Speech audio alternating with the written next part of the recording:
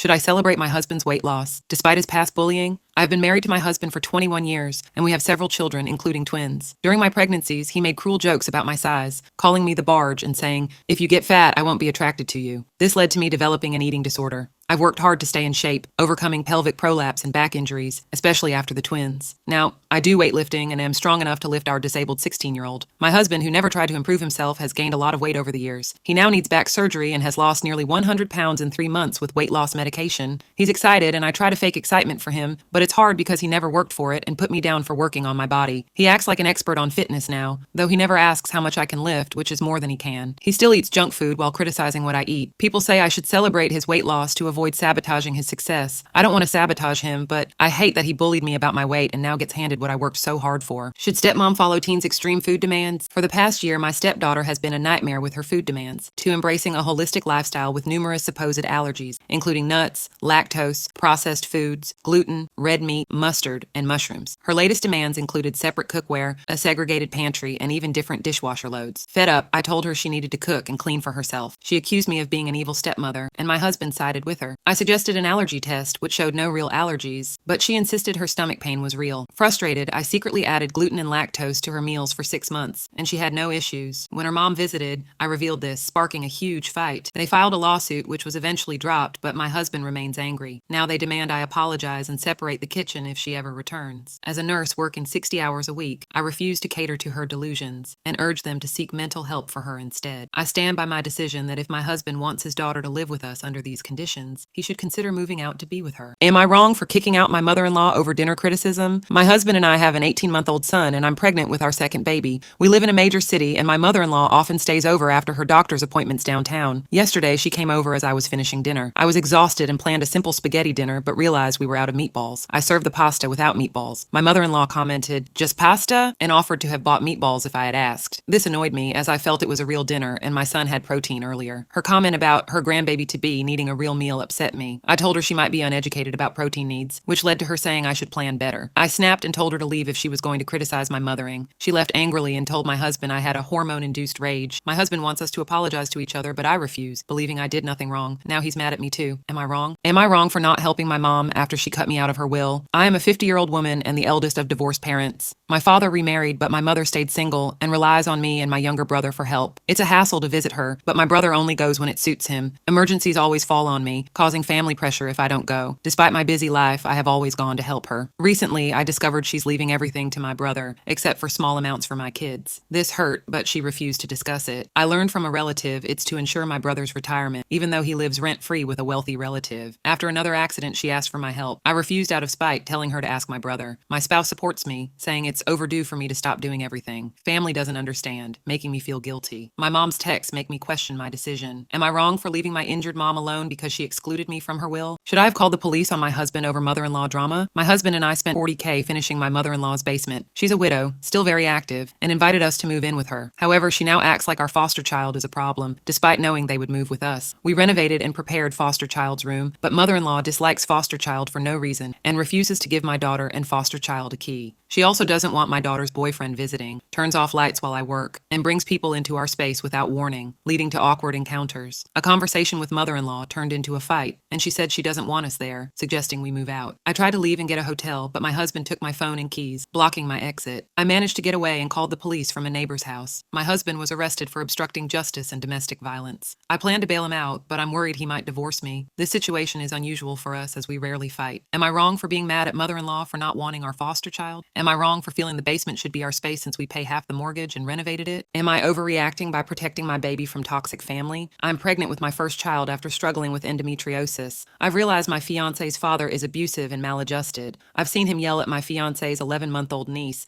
and smack his 7-year-old granddaughter's butt. My fiancé excuses his dad's behavior, saying he's a boomer and sometimes does inappropriate things. We agreed his father wouldn't babysit, but that's not enough for me. His father suggested I get an abortion the day after we announced my pregnancy, claiming I was hormonal and misunderstood him. My fiancé keeps making excuses for him. My fiancé informed me his parents would be at the hospital when I give birth in December. I told him they wouldn't be allowed in the room because I don't want them there. He said I have no choice, but I know if I tell the doctor or nurse, they'll enforce my wishes. He called me a bitch and accused me of trying to keep his parents away from their grandchild. Am I overreacting, or am I justified in wanting to protect my baby?